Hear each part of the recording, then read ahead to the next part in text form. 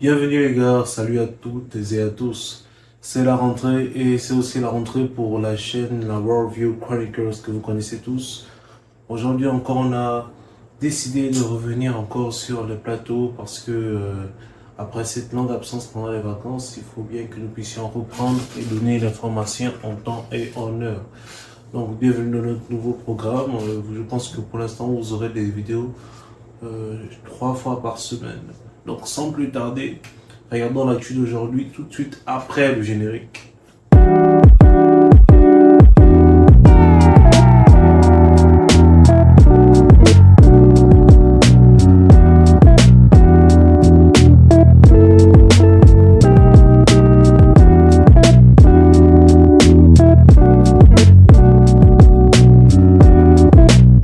Donc aujourd'hui, j'aimerais vous parler de justice pour Michaela. Je pense que vous êtes nombreux à avoir déjà entendu ce hashtag sur les réseaux ou bien avoir vu certaines vidéos et écouté certaines personnes parler de cette mort tragique qu'a vécue une compatriote gabonaise de 18 ans au niveau de Sotega.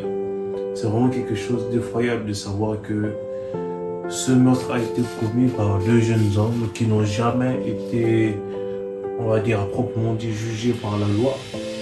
Et aujourd'hui encore, il y a un des ses ravisseurs qui est à Port-Gentil et un autre qui se trouve en France et qui vit délibérément et qui présente sa vie sur les réseaux sociaux tout en négligeant le fait qu'il a brisé des familles, il a brisé une famille tout entière en tuant cette pauvre petite fille et en violant à plusieurs reprises. Parce que selon l'histoire, il paraîtrait qu'il a violé premièrement après avoir laissé son pantalon en pleine rue. Elle était encore consciente, mais après qu'il ait remarqué son inconscience et la perte de sa vie, il a encore continué de la violer.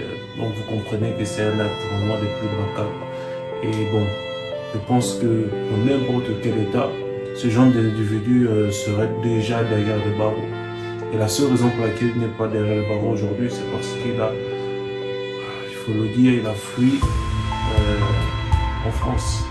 Il a directement profité de sa libération provisoire pour s'échapper et aujourd'hui il est momentanément en France en train d'espérer que tout se passe et revenir plus tard. En tout cas, nous appelons vraiment la justice à faire son boulot. C'est pas le premier cas de viol et je pense que dans la journée de demain ou après-demain, vous aurez une autre vidéo sur un autre cas de viol qui est vraiment terrible qu'on va vous présenter sur ce plateau. C'est vraiment quelque chose qu'on voudrait abolir au Gabon et qu'on voudrait punir sévèrement pour qu'il n'y ait plus aucun cas qui soit recensé parce que les cas de viol commencent à être beaucoup.